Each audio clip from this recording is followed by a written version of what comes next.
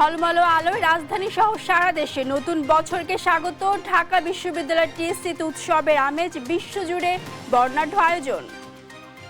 বিপ্লবের চেতনার সঙ্গে বিশ্বাসঘাতকতা করলে সামূল উৎপাটনের হুঁশিয়ারি। 15 জানুয়ারির মধ্যে ঘোষণাপত্র প্রকাশে সরকারকে আলটিমেটাম। এখন উন্মুক্ত ভাবে চলাফেরা করে, যারা আমাদের ভাইদের হত্যা করেছে ওই ছাত্রলীগ, যুবলীগ, আওয়ামী লীগের সন্ত্রাসীরা। গণ অভ্যুত্থানের মিথ্যা মামলা থেকে রেহাই পায়নি ক্যান্সার আক্রান্ত বয়োবৃদ্ধরাও লাপাত্তা। মামলার বাদী বিপত্তিতে থানা পুলিশও।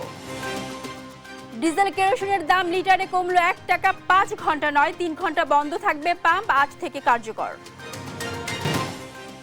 গাজীপুরে ফ্লাইওভারের নিচে অবৈধ দোকানপাট, প্রশাসনের নাকের ডগায় কোটি টাকা চাঁদাবাজি, বাড়ছে চুরি ছিনতাই সহ নানা অপরাধ। এবং বাগেরহাটের মোরেলগঞ্জে সড়ক নির্মাণে নিম্নমানের খোয়া, প্রতিবাদ করায় মারধরের শিকার স্থানীয়রা, ব্যবস্থা নেওয়ার নির্দেশ।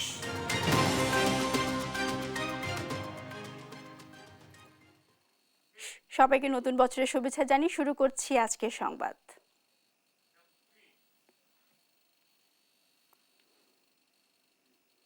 শুভেচ্ছা, দেখছিলেন শিরোনাম সংবাদ সকালের সঙ্গে আছে আমি মারজানা শক্তি। শুরু হলো খ্রিস্টীয় নববর্ষ 2025 সাল। নতুন বছরকে স্বাগত জানাতে রাজধানী ঢাকা থেকে সাজে আতশবাজির আলোক ছটায়। বিধিনিষেধ উপেক্ষা করে মানুষের ঢল নামে ঢাকা বিশ্ববিদ্যালয় টিএসসিতে। সবার প্রত্যাশা দেশের মাটিতে আর যেন কোনো 24 না নামে। 25-এ দেখতে চান নতুন বাংলাদেশকে। বিস্তারিত নিয়াজ মোর্শেদের প্রতিবেদনে। Happy new year. ঘড়িতে রাত 12টা বেজে 1 মিনিট। রাজধানীর আকাশে জ্বলে ওঠে রঙিন আলোক পর্তিকায়। নতুনকে স্বাগত জানানোর এই আলোক ছটায় বারবার জানান দেয় 24-এর চূড়ান্ত বিদায়, আগমন 25-এর। খ্রিস্টীয় 2025 সালকে বরণ করে নিতে রাজধানীবাসীর ছিল নানা আয়োজন। নতুন বছরে নতুন বাংলাদেশের স্বপ্ন নিয়ে ঢাকা বিশ্ববিদ্যালয়ের টিএসসি এলাকায় উৎসবে মাতেন বিভিন্ন শ্রেণী পেশার মানুষ, প্রকাশ করেন আগামীর প্রত্যাশা। চাই যাতে নতুন বছরটা আরো ভালো যাক। এইবারে যত ঝাড়ঝাপটাই গেছে বা একটু অন্যরকমই গেছে, তো চাই সামনে যাতে আরো ভালো যায়, ভালোভাবে যাতে সুস্থভাবে মানুষ চলাচল করে। কিংবা আমাদের পিছনে যে দিনগুলো গেছে ওগুলো অনেক ভালো ছিল, খারাপ ছিল, বাট সামনের দিনগুলো আমরা ভালোভাবে কাটাতে চাই। তবে ভুলতে চান না জুলাই গণ অভ্যুত্থানকে। সুষ্ঠু নির্বাচন দিয়ে সরকার গঠনের মাধ্যমে গণতান্ত্রিক পথে এগুবে বাংলাদেশ। তো আমরা চাই যে 2025 এবং আগামী বছরগুলো যাতে আমাদের সেই স্বৈরাচারের পুনরাবির্ভাব না ঘটুক। সামনে যদি খুব ভালো হয়, দেশটা ভালো থাকে, এটাই প্রত্যাশা। গত বছর আমরা 36শে জুলাই যেরকম পার করে আসছি, সামনে যেন এরকম কোনো সময় আর না আসে। খুব ভালোভাবে যাতে বাংলাদেশটা আগাতে পারে, সেটাই মানে শুভকামনা জানাই। মানে অ্যাজ ইউজুয়াল সবার মতোই, মানে সবার প্রত্যাশা যেরকম থাকে আমাদেরও ওইরকমই প্রত্যাশা, যাতে এই 25 সালে আমরা খুব ভালোভাবে কাটাতে পারি এবং এই 25 সালকে সামনে রেখে যাতে পরবর্তী যত বছর আমরা বেঁচে থাকি সেই বছরগুলো যাতে আরও ভালোভাবে যায়, সেই প্ল্যানটা যাতে আমরা 25 সালেই করতে পারি, সেই প্রত্যাশাই থাকে। আইন শৃঙ্খলা রক্ষাকারী বাহিনীর সদস্যরা কঠোর নিরাপত্তার দায়িত্বে ব্যস্ত থাকলেও তরুণরা ভুলে যায়নি তাদেরও বর্ষবরণের অংশীদার করতে। ফুল দিয়ে শুভেচ্ছা জানিয়ে নতুন বছরে নতুন বাংলাদেশ বিনির্মাণে কাঁধে কাঁধ মিলিয়ে কাজের প্রত্যয় জানান। আমরা পুলিশ ভাইদেরকে নতুন বছরে আমরা এতটুকু উদাত্ত আহ্বান জানাবো যে আপনারা রক্ষক হয়ে বক্ষকের বেশে না, আপনারা আমাদের বন্ধু বেশে, আপনারা আমাদের ভাইয়ের বেশে, আপনারা আমাদের বোনের বেশে, আমাদের সবসময় সুখে দুঃখে সবসময় আমাদের এই নতুন বছরটাতে আপনারা আমাদের পাশে থাকবেন। সম্পূর্ণ ব্যতিক্রম ধর্মী একটা নতুন বছরের উৎসব আজকে আমরা পেলাম। এটা আমরা কল্পনাও করি নাই আমাদের দেশের মানুষ, ছাত্র সমাজ এরকম একটা পরিবর্তন আনতে পারে। 24 পেরিয়ে এবার 2025 সালে সবার এখন একটাই প্রত্যাশা, 24-এর পুনরাবৃত্তি যেন আর না ঘটে। একটা সুষ্ঠু নির্বাচনের মাধ্যমে যেন গণতন্ত্র আবারও পুনরুদ্ধার হয়, এমনটাই দাবি করছে সাধারণ জনগণ। ঢাকা বিশ্ববিদ্যালয় এলাকা থেকে নিয়াজ মুর্শেদ, দেশ টিভি। 2025 বরণে উৎসবে মেতেছে বিশ্ববাসী। নববর্ষ ঘিরে বর্ণিল আলোকসজ্জায় সাজে পুরো বিশ্ব। নিউজিল্যান্ডের অকল্যান্ডে ফোটে চোখ ধাঁধানো আলোর ফোয়ারা। এদিকে সিডনির পর নিউ ইয়র্ক টাইমস স্কোয়ার প্রস্তুত ইংরেজি বরণে। নীরব দাসের রিপোর্ট। সিডনির হারবার ব্রিজ যেন সুবিশাল এক আলোর ফেরি, চোখ ধাঁধানো আলোয় নববর্ষ বরণে কোনো কমতি নেই তাদের। বর্ণাঢ্য আয়োজনে নতুন বছরকে বরণ করে প্রতিটি দেশ। ইতোমধ্যেই 2025কে স্বাগত জানায় নিউজিল্যান্ড। অকল্যান্ডে চোখ ধাঁধানো আলোক স্নানে এক আকাশের নিচে জড়ো হয় দক্ষিণ গোলার্ধের বাসিন্দারা। এদিকে বিশ্বের প্রথম দেশ হিসেবে নিউ ইয়ার উদযাপন করল প্রশান্ত মহাসাগরীয় দেশ কিরিবাতি। ভৌগোলিক অবস্থানের কারণে বাংলাদেশ সময় বিকেল 4টার দিকেই 2025কে বরণ করেছে তারা।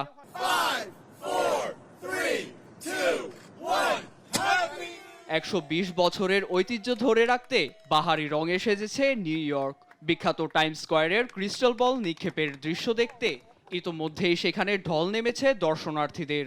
1,60,00,000-এর বেশি বাহারি রং ও নকশা খচিত এই বলটির ওজন 11,875 পাউন্ড। আতশ ফাটিয়ে লণ্ঠন জ্বালিয়ে উদযাপনে প্রস্তুত চীনের লিওয়াং শহর। এতে 50 লাখ দর্শকের উপস্থিতি ঘটবে বলে আশা আয়োজকদের। অন্যদিকে সাংহাইয়ে আয়োজন করা হয় ইওয়ান গার্ডেন লণ্ঠন উৎসব। নীরব দাস, নিউজ ডেস্ক, দেশ টিভি। বাংলাদেশে 2024 শেষ হলো মার্চ ফর ইউনিটির মধ্য দিয়ে। 15 জানুয়ারির মধ্যে জুলাই বিপ্লবের ঘোষণাপত্র প্রকাশ করতে অন্তর্বর্তী সরকারকে আলটিমেটাম দিয়েছে বৈষম্য বিরোধী ছাত্র আন্দোলন। একই সঙ্গে ফ্যাসিবাদদের দোসরদের রুখতে সবাইকে আরও ঐক্যবদ্ধ হওয়ার আহ্বান জানান নেতারা। সেই সঙ্গে জুলাই আগস্ট হত্যাকাণ্ডে আওয়ামী লীগের বিচার না হওয়া পর্যন্ত নির্বাচন হবে না বলে হুঁশিয়ারি দেন বক্তারা। শাহাদাত নিশাদের রিপোর্ট। সকাল থেকে এভাবেই একের পর এক মিছিল নিয়ে আসতে থাকে কেন্দ্রীয় শহীদ মিনারে। লক্ষ্য বৈষম্য বিরোধী ছাত্র আন্দোলনের ঘোষিত কর্মসূচি মার্চ ফর ইউনিটি। বিভিন্ন জেলা থেকে আসা হাজার হাজার ছাত্র জনতার উপস্থিতিতে কর্মসূচি শুরুর আগেই কানায় কানায় পূর্ণ হয় শহীদ মিনার প্রাঙ্গণ। শিক্ষা প্রতিষ্ঠানের শিক্ষার্থীরাও ব্যানার নিয়ে যোগ দিয়েছে সমাবেশস্থলে। বক্তব্য রাখেন কেন্দ্রীয় সমন্বয়ক, আহত ও জাতীয় নাগরিক কমিটির নেতারা। আমি একটি দাবি জানাবো, বিপ্লবী যুদ্ধ হিসেবে স্বীকৃতি দেওয়ার জন্য। কর্মসূচিতে বক্তারা দাবি তোলেন বিচারিক প্রক্রিয়ায় আওয়ামী লীগকে নিষিদ্ধ করতে হবে। হুঁশিয়ারি দেন আগে সংস্কার পরে নির্বাচন।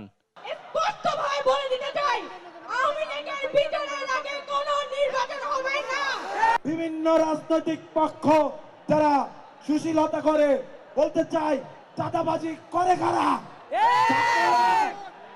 সাবধান হয়ে যান। বন্ধু রাষ্ট্রের নামে কেউ মাথার উপর উঠতে চাইলে তাকে নামানোর হুঁশিয়ারিও দেন বৈষম্য বিরোধী ছাত্র আন্দোলনের অন্যতম সংগঠক সার্জিস আলম। একই সাথে নতুন করে যারা সিন্ডিকেট করছে তাদের প্রতিও হুঁশিয়ারি দেন তিনি। আমরা অবিলম্বে অন্তর্বর্তীকালীন সরকারকে একটি আহ্বান জানাতে চাই, আমরা যদি আমাদের এই শহীদ ভাইদের রক্তের বিচার না করতে পারি আমরা কখনো নিজেদেরকে মাফ করতে পারবো না। সরকারি প্রতিষ্ঠানগুলো দালাল মুক্ত করতে হবে বলে জানান বক্তারা। বলেন আগামী নির্বাচন হবে গণপরিষদ নির্বাচন। বৈষম্যহীন দেশে আর টেন্ডারবাজি চলবে না বলেও জানান বক্তারা। অতি দ্রুত ফ্যাসিবাদী যে ব্যবস্থা, সেই ব্যবস্থার বিলোপে আপনারা সক্রিয় হন। যদি আপনারা সক্রিয় না হতে পারেন তাহলে 24-এর বাঘের বাচ্চারা নিজেদের হাতে আইন তুলে নেবে ইনশাআল্লাহ। জুলাই বিপ্লবের যোদ্ধাদের উপরে হামলা হয়েছে, হুমকি হয়েছে, প্রত্যেকটার বিচার করতে হবে, এই নিরাপত্তা নিশ্চিত করতে হবে। সকল ষড়যন্ত্র উপেক্ষা করে নতুন বাংলাদেশ বিনির্মাণ করা হবে বলে জানান বৈষম্য বিরোধী ছাত্র আন্দোলনের সদস্য সচিব আরিফ সোহেল। সামনের দিনে সেই লড়াইয়ে আমরা একসাথে থাকবো, আমাদের নতুন বাংলাদেশ আমরা নির্মাণ করেই ছাড়ব। জানুয়ারির 15 তারিখের মধ্যে জুলাইয়ের ঘোষণাপত্র না ঘোষণা করা হলে ছাত্র জনতা আবারও মাঠে নামবে বলে হুঁশিয়ারি দেন বৈষম্য বিরোধী ছাত্র আন্দোলনের আহ্বায়ক হাসনাত আব্দুল্লাহ। 15 জানুয়ারির মধ্যে আমাদের এই জুলাই গণঅভ্যুত্থানের ঘোষণাপত্র জারি করতে হবে। একই সাথে দ্রব্যমূল্য নিয়ন্ত্রণ সহ কোনো ফ্যাসিস্ট নতুন করে মাথাছাড়া দিয়ে না উঠতে পারে সেদিকে সকলকে নজর দেওয়ার আহ্বানও জানান বক্তারা। শাহাদাত নিশাদ, দেশ টিভি, ঢাকা। নতুন বাংলাদেশে আর কোনো বৈষম্য নয়, সমতার মাধ্যমে দেশকে এগিয়ে নেওয়ার প্রত্যয় জানান সারা দেশ থেকে আসা ছাত্র জনতা। ৭২-এর সংবিধান বাংলাদেশের নয়, বরং ভারত থেকে শেখ মুজিব আমদানি করছে বলে মন্তব্য করেন তারা। দ্রুত সময়ের মধ্যে সংবিধান বাতিল করে ৭১ এবং ২৪-এর চেতনায় নতুন সংবিধান চান তারা। আলিমুজ্জামান সাফওয়ানের রিপোর্ট, জানাচ্ছেন সাদ আহমেদ। মঙ্গলবার দুপুর থেকেই মিছিল নিয়ে সমাবেশস্থল শহীদ মিনারে আসতে শুরু করে সারা দেশ থেকে আগত মুক্তিকামী জনতা। স্লোগানে স্লোগানে মুখর হয়ে ওঠে শহীদ মিনার প্রাঙ্গণ। যে বাংলাদেশ হবে সাধারণ মানুষের, যেই মানুষ হবে বাংলাদেশের অধিকার প্রতিষ্ঠার একটা বাংলাদেশ, আমরা সেই বাংলাদেশ বিনির্মাণের জন্য সকলের কাছে অনুরোধ জানাবো। মার্চ ফর ইউনিটি কর্মসূচিতে একাত্মতা প্রকাশ করে বিভিন্ন শ্রেণী পেশার মানুষ। সামনে ভালো কিছু আশা করতেছি, সংস্কার হবে ইনশাআল্লাহ। এমন একটা বাংলাদেশ চাই যে বাংলাদেশের শাসকরা হবে এদেশের জনগণের সেবক। এ সময় ৭২-এর সংবিধান ভারত থেকে শেখ মুজিব আমদানি করেছে বলে মন্তব্য করে তারা। ৭২-এর সংবিধান একটা দলের বা একটা ফ্যাসিস্টের হয়ে যাচ্ছিল। ৭২-এর যে সংবিধান প্রণয়ন হচ্ছে, এই ৭২-এর সংবিধান আমরা মানি না। শেখ মুজিবুর রহমান সোজাসুজি দেশে না এসে সে দিল্লি থেকে এই সংবিধান আমদানি করেছিল। আমাদের সবচেয়ে বড় দাবি হচ্ছে যে এই সংবিধান আমরা চাই না। শিক্ষার্থীরা বলেন, জুলাই অভ্যুত্থানে তারা যে বৈষম্য বিরোধী স্বাধীন দেশের স্বপ্ন দেখেছেন তা অনেকাংশে বাস্তবায়ন হচ্ছে না। আগামী দিনে কোনো দখলদারি চলবে না, এক কথায় কোনো বৈষম্য থাকবে না, এখানে দানবতা থাকবে না, একমাত্র মানবতা প্রতিষ্ঠিত হবে। আমাদের ঐক্যবদ্ধ থাকার যে বিষয়টা, আজকে আমরা সেই প্রত্যাশাটাই করছি এবং আমাদের সংগ্রাম চলবে, ইনশাল্লাহ চলছে, চলবে। ফ্যাসিবাদের দোসর আওয়ামী লীগ যেন কোনোভাবে পুনর্বাসিত না হয় তার নিশ্চয়তা চান তারা। ফ্যাসিবাদ আওয়ামী সরকার যাতে বাংলাদেশে আসার পরে তাদের যাতে সুষ্ঠু বিচার হয়। এদিকে বাগেরহাটে শিক্ষার্থীদের গাড়িবহরে হামলা ও সংঘর্ষের ঘটনায় তীব্র নিন্দা ও জড়িতদের শাস্তির দাবি জানান ছাত্র জনতা। সাদ আহমেদ, দেশ টিভি, ঢাকা। সাগরকন্যা কুয়াকাটায় ঘন কুয়াশায় ঢেকে গেছে বছরের প্রথম সূর্য। নতুন বছরে সূর্যোদয় দেখতে সৈকতে আসছেন পর্যটকরা। পটুয়াখালী থেকে বিস্তারিত জানাবেন সহকর্মী শায়েদ ইব্রাহিম। ২০২৪ সালকে বিদায় দিয়ে ২০২৫ সালকে বরণ করার জন্য প্রথম সূর্যোদয় দেখার জন্য সমুদ্র সৈকতে আসলে সকাল থেকেই যেভাবে পর্যটক দেখার কথা ছিল সেরকম পর্যটক নেই। এর একটি কারণ শীত, এবং শীতের যে কুয়াশা, সেই কুয়াশা ছড়ানোর জন্য আসলে সূর্য কখন উদয় হবে সেটা এখনও বলা যাচ্ছে না। এই সমুদ্রের পাড়ে এসে এই সূর্য উদয় দেখার জন্য, নতুন বছরকে স্বাগত জানানোর জন্যই কিন্তু তারা এই সমুদ্রের পাড়ে এসেছেন। এছাড়াও কিন্তু আপনাকে আরেকটু বলে রাখি যে গতকাল থেকেই কিন্তু আসলে এখানে তেমন কোনো অনুষ্ঠানের আয়োজন করা হয়নি। যারা এসেছেন তারা যে হোটেলে উঠেছেন সেই হোটেলের পক্ষ থেকেই কিন্তু বিভিন্ন রকম আয়োজন করা হয়েছে। এছাড়াও কিন্তু যে প্রশাসনের পক্ষ থেকে যে একটি বাড়তি নিরাপত্তা, সেই নিরাপত্তা কিন্তু প্রশাসন দিয়ে থেকেছেন। এবং আমি যদি এখন একটু কয়েকজন পর্যটকের সাথে কথা বলি, তাদের কাছ থেকে শুনবো যে আসলে এই সূর্য উদয়ে তারা দেখতে পেয়েছেন কিনা এবং তাদের কেমন লাগছে। Happy new year. আসসালামু আলাইকুম রহমতুল্লাহ, শুভ নববর্ষ। আমরা দাওয়াত তবলিগের কাজের জন্য এখানে এসেছি। সকালবেলা চিন্তা করেছি যে এখান থেকে সূর্যোদয় দেখে তারপরে ফিরব, কিন্তু ফজরের নামাজের পর থেকে অপেক্ষা করতেছি। আকাশ মেঘাচ্ছন্ন, ঘন কুয়াশার কারণে সূর্যের দেখা যাচ্ছে না, এবং চারদিকে যে পরিমাণ পর্যটক সমুদ্র পাড়ে থাকার কথা তাও নেই, যার কারণে নববর্ষের প্রথম দিনে মেঘাচ্ছন্ন আকাশ দেখেই হয়তো ফিরতে হবে। যে চারদিকে প্রচণ্ড মেঘাচ্ছন্ন এবং কুয়াশা, কারণ একটু আগে যেরকম যতটুকু পরিষ্কার ছিল এখন তার চেয়ে আরও একটু মনে হয় যেন অন্ধকার একটু জেঁকে বসেছে। হ্যাঁ, কারণ ঘন কুয়াশায় ঢেকে গেছে। কুয়াশা এবং মেঘাচ্ছন্নের কারণে কিন্তু এখন পর্যন্ত সূর্য উদয় হয়নি, এবং পর্যটকরা যেভাবে এসেছিলেন সবাই কিন্তু আবার চলে যাচ্ছেন যে হোটেলে। এছাড়াও আপনাকে আরেকটু জানিয়ে রাখি যে সকাল থেকেই কিন্তু এখানে যে ট্যুরিস্ট পুলিশ তারাও কিন্তু খুব সারা রাত ছিলেন এবং সকালে ছিলেন। তাদের সাথে কথা বলেছি, তারা বলেছেন যে কোথাও কোনো অপ্রীতিকর কোনো ঘটনা ঘটেনি। এছাড়াও আমি কথা বলেছি এখানে হোটেল মোটেল ওনার্স অ্যাসোসিয়েশন এবং বিভিন্ন রকমের যে ব্যবসা প্রতিষ্ঠান তারা বলেছেন যে আসলে গত বছরের চেয়ে এবার তাদের ব্যবসা অনেকটা খারাপ যাচ্ছে। কারণ একটি যে বাংলাদেশে এখন রাজনৈতিক অস্থিরতার কারণে পর্যটক আসেনি বিধায় তাদের এই যে ব্যবসা সেই ব্যবসাটা তারা চালাতে পারেনি। আপনি হয়তো লক্ষ্য করতে পারছেন যে পর্যটকদের সেরকম একটা কোনো আনাগোনা নেই, বা সেরকমের একটি আনাগোনা থাকলে হয়তো ভালো হতো। এখন এই ছিল আমার। বিদ্যুতের দুর্বল সংযোগের জন্য সচিবালয়ে আগুন লেগেছে বলে জানিয়েছে তদন্ত কমিটি। বুয়েটের যন্ত্রকৌশল বিভাগের সাবেক অধ্যাপক মাকসুদ হেলালি সন্ধ্যায় এক প্রেস ব্রিফিংয়ে এ তথ্য জানান। অন্তর্বর্তী সরকারের প্রধান উপদেষ্টার কাছে তদন্ত রিপোর্ট জমা দেওয়া হয়েছে বলেও জানান তিনি। জানান আগুনের ঘটনায় ব্যক্তি সংশ্লিষ্টরা খুঁজে পাওয়া যায়নি, মেলেনি নাশকতার কোনো আলামত। বৈদ্যুতিক শর্ট সার্কিট থেকে আগুনের সূত্রপাত। গেল 26 ডিসেম্বর বুধবার দিবাগত রাত 2টার দিকে সচিবালয়ে আগুন লাগে। ফায়ার সার্ভিসের 19টি ইউনিট 5 ঘন্টার চেষ্টা আগুন নিয়ন্ত্রণে আনে। ঘটনা তদন্তে 7 সদস্যের তদন্ত কমিটি করে সরকার।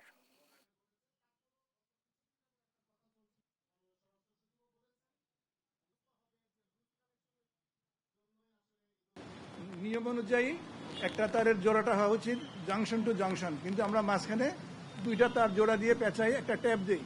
এটা একটা অনিয়ম। প্রত্যেকটা বড় বড় প্রতিষ্ঠানে রেগুলার একটা চেক লিস্ট তৈরি করে এগুলো চেক করা উচিত, চেক করা দরকার, কিন্তু আমাদের সরকারি ব্যক্তিগত জীবনে আমরা এগুলো করি না, আমরা ভুলে যাই।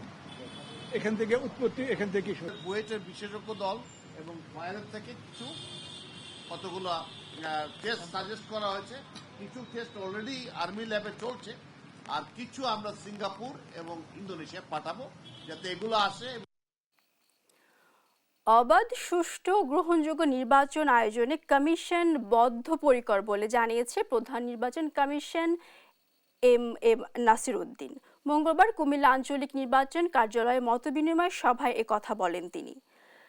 সিসি আরও বলেন, প্রধান উপদেষ্টার বক্তব্যের আলোকে নির্বাচনের প্রস্তুতি নিচ্ছে কমিশন। এখন চলছে ভোটার তালিকা হালনাগাদের কাজ। বাদ দেওয়া হবে মৃত ব্যক্তি ও রোহিঙ্গাদের। নির্বাচন কবে হবে এমন প্রশ্নের জবাবে সিসি জানান, সংস্কার কমিশনের প্রতিবেদনের উপর নির্ভর করছে জাতীয় নির্বাচনের প্রস্তুতি।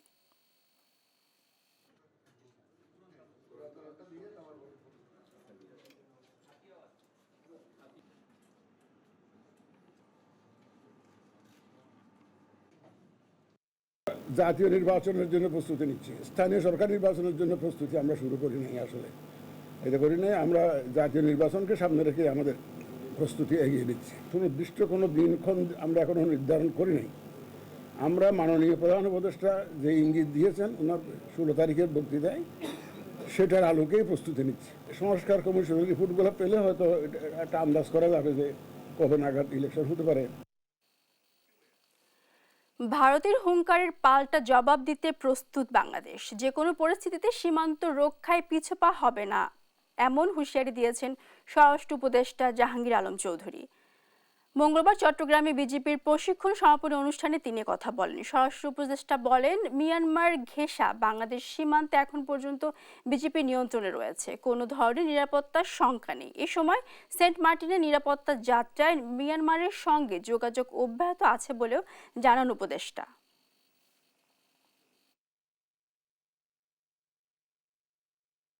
সীমান্তবর্তী প্রতিপক্ষদের কাছে কোনো অবস্থাতেই পিঠ প্রদর্শন না করার জন্য আমি তোমাদের প্রতি উদাত্ত আহ্বান জানাচ্ছি। দেশ মাতৃকা রক্ষায় তোমরা প্রয়োজনে জীবন দেবে, তবু দেশের 1 ইঞ্চি মাটিও হাতছাড়া হতে দিবে না বলে আমি দৃঢ় বিশ্বাস রাখি। আমি বিশ্বাস করতে চাই যে তোমরা আমাদেরকে হতাশ ও নিরাশ করবে না।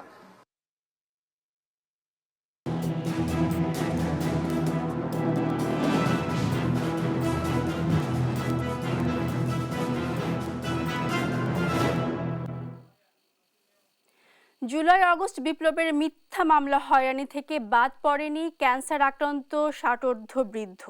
রাজনীতি না করলেও মামলায় তাকে উপজেলা আওয়ামী লীগের নেতা বানিয়ে দিয়েছে মামলা চক্র। তবে এখন লাপাত্তা মামলার বাদী জানিয়ে বিপত্তিতে যাত্রাবাড়ি থানা পুলিশও। মিথ্যা মামলা বাণিজ্য ধারাবাহিকের আজ 24তম পর্ব, জানাচ্ছেন এম এ আজিম। ক্যান্সার আক্রান্ত জাহাঙ্গীর ফরাজি ফরিদ বছর কয়েক অসুস্থ অবস্থায় মৃত্যুর সাথে যুদ্ধ করে বেঁচে আছেন পৃথিবীর বুকে। জুলাই আগস্ট বিপ্লবের হত্যা মামলায় আসামি হয়ে এখন পড়েছেন আরেক বিপত্তিতে। টাকা নাই কিন্তু লোক তো ছোট না। মামলায় তাকে ঝালকাঠির কাঠালিয়া উপজেলা আওয়ামী লীগের সহসভাপতি হিসেবে উল্লেখ করা হলেও দেশ টিভির হাতে আসা কমিটি তালিকা বলছে কোনোদিনই আওয়ামী লীগের রাজনীতিতে ছিলেন না তিনি। আমার আওয়ামী লীগের সহসভাপতি, আমি জীবনে কোনো সদস্যও ছিলাম না, কোনো আওয়ামী লীগ বিএনপি জামাত কোথায়, আমি জীবনে 30 বছর ঢাকায় কোনদিন মিছিল মিটিং না, দেশেও কোনো মিছিল মিটিং আমি অ্যাটেন্ড করি না। নিজ উপার্জনের টাকায় এলাকায় উন্নয়ন কর্মকাণ্ড করায় এখন অনেকেই রাজনৈতিক প্রতিপক্ষ ভাবছে তাকে, তাই এমন মামলা বলেও দাবি তার। তহসিল অফিস, পোস্ট অফিস আমার নিজের জায়গায়, আমি প্রায় 15 থেকে 20 লক্ষ টাকার জায়গা নিজে দিয়ে তহসিল অফিস করে দিছি গ্রামের স্বার্থে। দেশে অন্তত 7-8টা মসজিদ করে দিছি, হ্যাঁ, বাথরুম করে দিছি। তাই এই সব কিছু কাজে এলাকার কিছু লোক যারা সাধারণত থাকে তারা ঈশ্বর হইয়া তারাই এই মামলা দিয়েছেন। তবে মামলার পর আত্মগোপনে মামলার বাদী জানিয়ে বিপত্তিতে যাত্রাবাড়ি থানা পুলিশও। বাদী যদি পাওয়া যায় তাদের বাদীর মতো করে তাকে বারবার জিজ্ঞাসাবাদ করে অনেক কিছু তথ্য পাওয়া যেত, বাদীর কাছ থেকে তথ্য পাওয়া যেত, হয়তোবা সেই তথ্যগুলো আমরা পাবো না। মামলা তদন্তকারী কর্মকর্তা হয়তোবা তার একটু সময় লাগবে, বেশি একটু তদন্ত বেগ পেতে হবে। তবে হয়রানির মামলাগুলো তদন্ত করে নিষ্পত্তি করা হবে বলেও দাবি তার। বাদী মামলা যেটা দিতেই পারে, আর আমরা তো আমাদের নিতে হয়, কিন্তু তদন্ত কি আসছে আসলে সেটাই বিষয়। মানে তদন্তকারী কর্মকর্তা কি ব্যবস্থা নিচ্ছে সেটাই বিষয়। তদন্ত সাপেক্ষে মিথ্যা মামলা থেকে বাঁচতে মেট্রোপলিটন পুলিশ কমিশনারের কাছেও আবেদন করেছেন অসুস্থ জাহাঙ্গীর ফরাজি ফরিদ। এম এ আজিম, দেশ টিভি, ঢাকা। দেশের বাজারে ডিজেল ও কেরোসিনের দাম প্রতি লিটারে 1 টাকা কমিয়ে 104 টাকা নির্ধারণ করা হয়েছে। তবে অপরিবর্তিত রয়েছে পেট্রোল ও অকটেনের দাম। মঙ্গলবার বিদ্যুৎ জ্বালানি ও খনিজ সম্পদ মন্ত্রণালয়ের জ্বালানি বিভাগ থেকে এই বিষয়ে একটি প্রজ্ঞাপন জারি করা হয়েছে। এ দাম আজ থেকে কার্যকর হবে। ডিজেলের দাম প্রতি লিটার 105 টাকা থেকে 1 টাকা কমিয়ে 104 টাকা ও কেরোসিন 105 টাকা থেকে 1 টাকা কমিয়ে 104 টাকা পুনর্নির্ধারণ বা সমন্বয় করা হয়েছে। তবে অপরিবর্তিত রয়েছে পেট্রোল ও অকটেনের দাম। অকটেন 125 টাকা ও পেট্রোল বিক্রি হবে 121 টাকায়।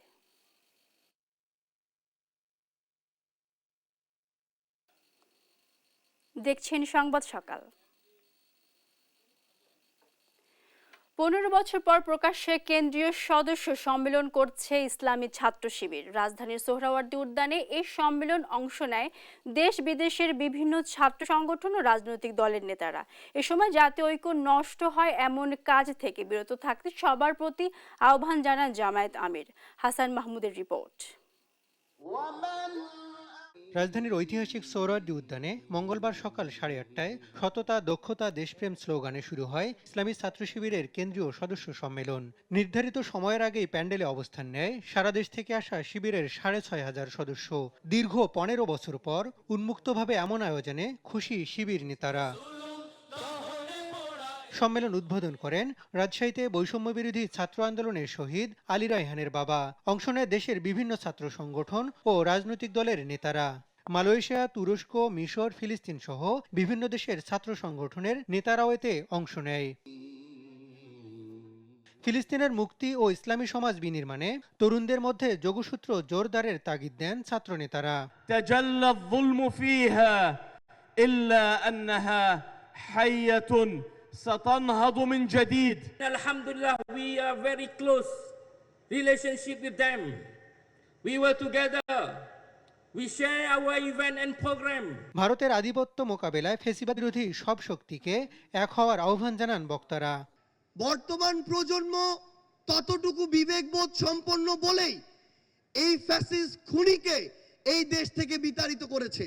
বাংলাদেশের প্রধান রাজনৈতিক দল বিএনপি এবং জামাতের নেতা কর্মীদের মধ্যে যেই বিভেদ সৃষ্টি করার জন্য, যেই দেয়াল সৃষ্টি করার জন্য অপতৎপরতা চলছে, এটাকে অতি দ্রুত বন্ধ করতে হবে। বন্ধুরা, বাংলাদেশে স্বাধীনতা, সার্বভৌমত্ব এবং 24-এর অভ্যুত্থান রক্ষার জন্য আমরা লক্ষ লক্ষ তরুণ তরুণী শহীদের তামান্না নিয়ে অপেক্ষা করছি। শিবির সভাপতি বলেন, গেল 15 বছর শিবির নির্মূলে চেষ্টা চালায় আওয়ামী লীগ, কিন্তু জুলুম নিপীড়ন করে কোনো আদর্শিক শক্তিকে নিশ্চিহ্ন করা যায় না। সভ্যতার উত্থান পতনে আমাদের পদশব্দ একটু থামেনি। আমাদের কত সাথীকে আমরা এই ভূপৃষ্ঠের কন্দরে কন্দরে রেখে এসেছি। বক্তব্য রাখেন জামাত ইসলামের কেন্দ্রীয় নেতারাও। এ সময় ঐক্য দৃঢ় করার আহ্বান জানান জামায়াতের আমির ডাক্তার শফিকুর রহমান। জাতীয় ঐক্যে বিভ্রান্তি সৃষ্টি হয়, জাতীয় ঐক্যের কোনো ক্ষতি হয়, এই ধরনের সকল হঠকারী আচরণ থেকে সংশ্লিষ্ট সকলকে আমরা বিরত থাকার জন্য আহ্বান জানাবো। দক্ষ নাগরিক তৈরিতে আরও মনোযোগী হওয়ার আহ্বানও জানান জামায়াত আমির। হাসান মাহমুদ, দেশ টিভি, ঢাকা। শাপলা চত্বরে হেফাজতে ইসলামের আন্দোলন ও বৈষম্য বিরোধী ছাত্র আন্দোলনে গণহত্যার বিচারের দাবি এবং নৈরাজ্যবাদ প্রতিরোধে মাগুরায় গণসমাবেশ করেছে বাংলাদেশ খেলাফতে মজলিস। মঙ্গলবার সন্ধ্যায় স্থানীয় নোমানী ময়দানে খেলাফতে মজলিসের মাগুরা জেলা শাখার সভাপতি হাফিজ মাওলানা মনরুল ইসলাম এর সভাপতিত্বে গণসমাবেশে বক্তব্য রাখেন বাংলাদেশ খেলাফত মজলিসের মহাসচিব মাওলানা মমিনুল হক। এ সময় তিনি বলেন, বাংলাদেশের মুক্তিযুদ্ধের চেতনাকে ধ্বংস করতে সবচেয়ে বেশি ভূমিকা রেখেছে আওয়ামী লীগ। ইসলামকে ধ্বংস করতে আওয়ামী লীগ সব ধরনের কর্মকাণ্ড চালিয়েছে বলে উল্লেখ করেন তিনি।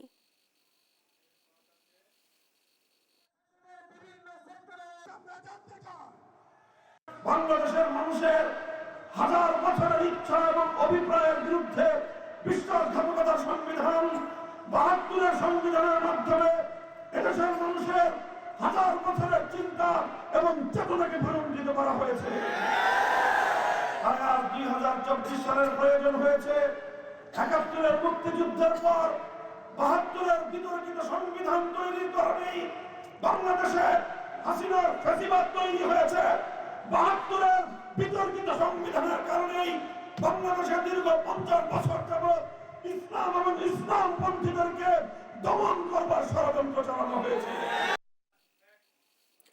গাজীপুরের সফিপুরে ফ্লাইওভারের নিচে অবৈধভাবে দোকানপাট গড়ে তুলেছে প্রভাবশালী একটি চক্র। প্রতিটি দোকান থেকে প্রতিদিন চাঁদা আদায় করা হচ্ছে ৫০০ থেকে ১০০০ টাকা। এদিকে দোকানপাটের কারণে সড়কে যান চলাচলের প্রতিবন্ধকতা সৃষ্টি হচ্ছে, পাশাপাশি চুরি ছিনতাই সহ ঘটছে নানা অপরাধ। সহকর্মী নজরুল ইসলামের পাঠানো তথ্য ছবিতে অঙ্কন চৌধুরীর রিপোর্টে বিস্তারিত।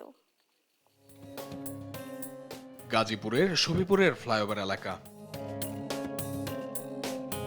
ফ্লাইওভারের নিচের অংশ অবৈধভাবে দখল করে গড়ে তোলা হয়েছে দোকানপাট ও গ্যারেজ। প্রতিদিন এসব দোকান প্রতি ৫০০ থেকে ১০০০ টাকা চাঁদা আদায় করে একটি প্রভাবশালী চক্র। এই অবৈধ দোকানপাটের পেছনে ভূমিকা রাখছে এলাকার কিছু রাজনৈতিক নেতা ও তাদের অনুসারীরা। প্রভাবশালী ব্যক্তিদের নাম ভাঙিয়ে দিনের পর দিন ধরে চলছে এসব দোকানপাট। হ্যাঁ, টাকা পয়সা দিতে হয়, কেউ কি আর বাংলা এখানে বসে থাকে, প্রতিদিন টাকা প্রতিদিন নিয়ে যায় ওরা আসে। আমগো ইজাতদারি খাস না, হ্যাঁ স্যার, আর কোনো টাকা না, এই জন্য ডেইলি ১০০ টাকা খাস না, ২০০ করে দিতে হয়। এখানকার তোর বাজারের সময় লোকজন নিয়ে যেতে এটা নেই, খাজনা নেই, একদম ১০০ খাজনা নেই। স্থানীয় জনগণের অভিযোগ, এই অবৈধ দোকানপাটের কারণে রাস্তার প্রশস্ততা যেমন কমেছে, তেমনই তৈরি হয়েছে তীব্র যানজটের পরিবেশ। আরো যানজট সৃষ্টি করতেছে, এগুলা দেখা গেছে সমস্যা, এগুলা পদক্ষেপ নেওয়া দরকার। এছাড়া স্থানীয় ব্যবসায়ীরাও এই অবৈধ দোকানপাটের কারণে ক্ষতিগ্রস্ত হচ্ছে। এতে তাদের ব্যবসা স্থবির হয়ে পড়েছে। যে কোনো জিনিস আনি ধরেন ১২০০ টাকা দিয়ে, ওরা ওটা আনে ৮০০ টাকা দিয়ে, ওরা ৯০০ টাকা বিক্রি করে ফেলাইতেছে। এতে আমাদের ক্ষতি বেশি হইতেছে। সমস্যা হচ্ছে ভাই যে ফুটপাত লাখ লাখ টাকা ইনভেস্ট কইরা কাস্টমার আমগানো ৩০০ টাকা করলে ওরা ১৫০ টাকা করে বেচায়। আমরা লাখ লাখ টাকা খাটা পাই না, কাস্টমার আসে না। বিষয়টি নিয়ে ক্যামেরার সামনে কথা বলতে রাজি হননি অভিযুক্তরা। তবে দ্রুত অবৈধ স্থাপনা উচ্ছেদের আশ্বাস দিয়েছে নাওজর হাইওয়ে থানার ভারপ্রাপ্ত কর্মকর্তা মোহাম্মদ রহিসউদ্দিন। হাইওয়েতে যে কোনো ধরনের অবৈধ দোকানপাট এটা সম্পূর্ণই বেআইনি এবং সড়ক পরিবহন আইন অনুযায়ী আমরা এই বেআইনি কর্মকাণ্ডের বিরুদ্ধে আমরা ধারাবাহিকভাবে আমাদের উদ্ধার, উচ্ছেদ এই ধরনের অভিযান অব্যাহত আছে। ফ্লাইওভারের নিচে গড়ে তোলা অবৈধ স্থাপনা দ্রুত উচ্ছেদ করা হবে এমনটাই প্রত্যাশা স্থানীয়দের। নিউজ ডেস্ক, দেশ টিভি।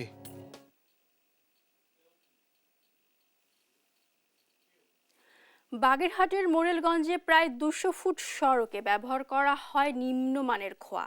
এতে প্রতিবাদ জানালে মারধরের শিকার হয়েছেন স্থানীয়রা। পরে নির্মাণ কাজ বন্ধ করে নিম্নমানের খোয়া অপসারণের নির্দেশ দেয় কর্তৃপক্ষ।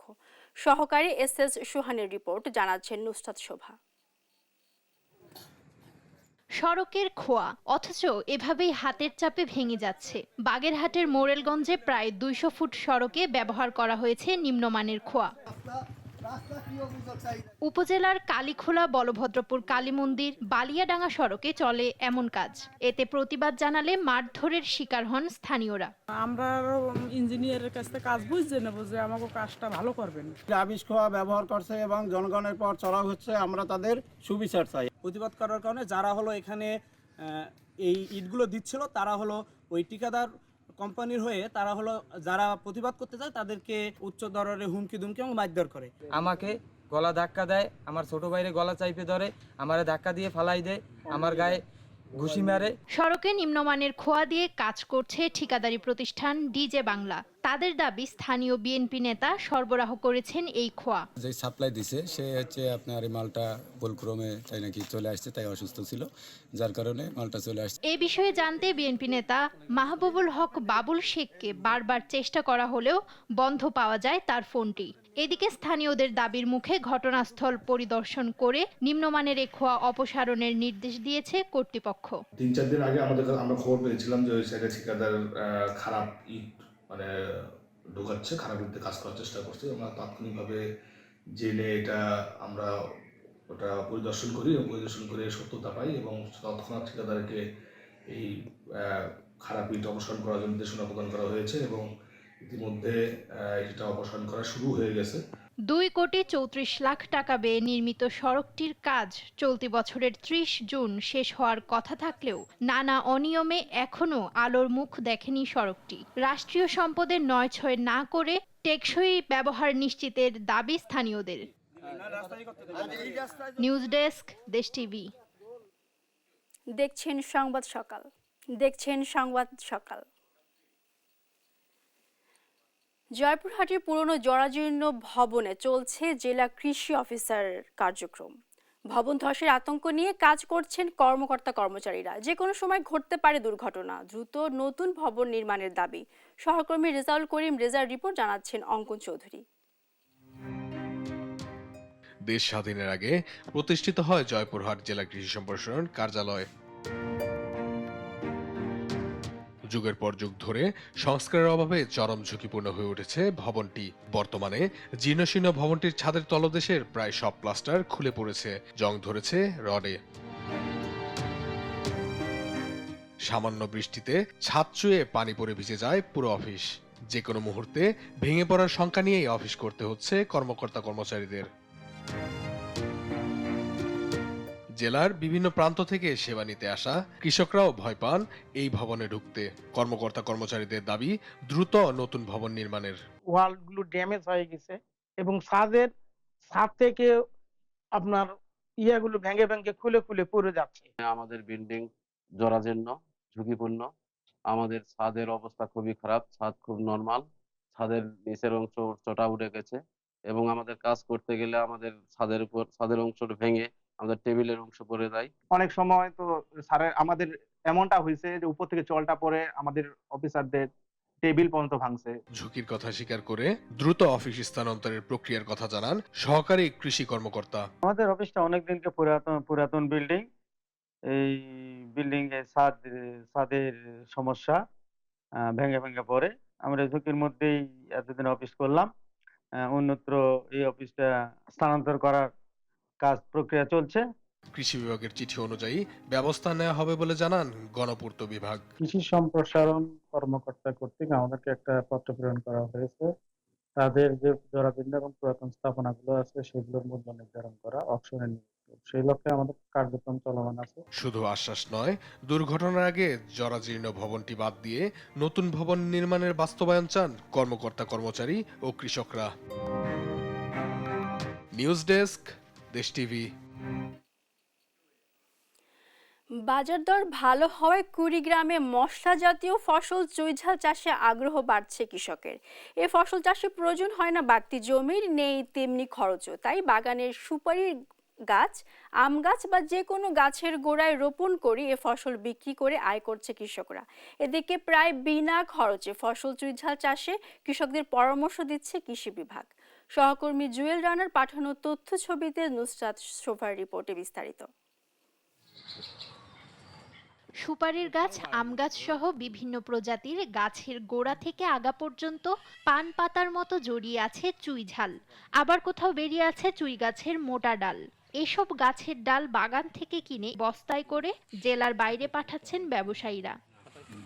কুড়িগ্রামের ৯ উপজেলার মধ্যে নাগেশ্বরী, ভুরুঙ্গামারী, ফুলবাড়ী ও রাজারহাট উপজেলার প্রতিটি বাগানেই চাষ হচ্ছে চুইঝাল। অন্যান্য উপজেলাতেও শুরু হয়েছে এ ফসলের চাষ। চুইঝালের ডাল মশলা হিসেবে রান্নার সময় গরু, খাসি বা হাঁসের মাংসে মিশালে হয়ে উঠছে সুস্বাদু খাবার। এ কারণে বেড়েছে এর চাহিদাও। কৃষকরা বলছেন, খরচ ও বাড়তি জমি ছাড়াই এ ফসল চাষে মোটা অঙ্কের টাকা আয় করছেন তারা। ঝাল তো ২০-৩০ বছর থেকে চাষ করতেছি, তাতে কোনো পরিশ্রম নাই, যেমন তেমন করি গাড়িয়ে একটু দেখাশুনে করলে তাতে যথেষ্ট।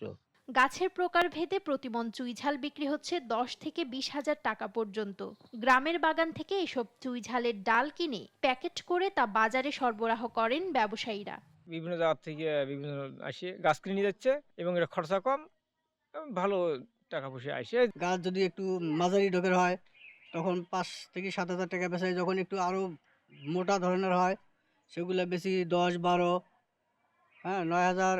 জেলার মাটি ও আবহাওয়া চুইঝাল চাষের উপযোগী হওয়ায় মশলা জাতীয় অর্থকরী এ ফসল চাষে কৃষকদের উদ্বুদ্ধ করার কথা জানায় কৃষি বিভাগের এ কর্মকর্তা। অল্প খরচে একটা রোগ প্রতিরোধী লতানো উদ্ভিদ যেখানে অনায়াসেই গাছের গোড়ায় বা ফলা গাছের গোড়ায় লাগিয়ে দিলেই এটা ভালো ফলন দেয় এবং এটা বাজারেও একটা ব্যাপক চাহিদা রয়েছে। এই অঞ্চলে চুইঝাল ব্যাপক পরিমাণে জন্মায়। এটি একটি মশলা জাতীয় উদ্ভিদ। এর বিভিন্ন উপকারিতার কথা জানান উদ্ভিদবিদ্যা বিভাগের এ শিক্ষক। চুইঝাল সাধারণত মশলা হিসেবে তরকারিতে ব্যবহার করা হয়, তবে এটির ঔষধি গুণও রয়েছে। বিশেষ করে বিভিন্ন ধরনের বাত ব্যথা এবং যৌন সংক্রান্ত কোনো অসুবিধা থাকলে এই চুইঝালের মাধ্যমে উপকার পাওয়া যায়। জেলায় এবার সুপারির বাগান সহ বিভিন্ন বাগানের ১৪ হেক্টর জমিতে চাষ হচ্ছে চুইঝাল। বাজারে ব্যাপক চাহিদা থাকায় প্রতি বছর বাড়ছে এ ফসলের পরিধি। নিউজ ডেস্ক, দেশ টিভি।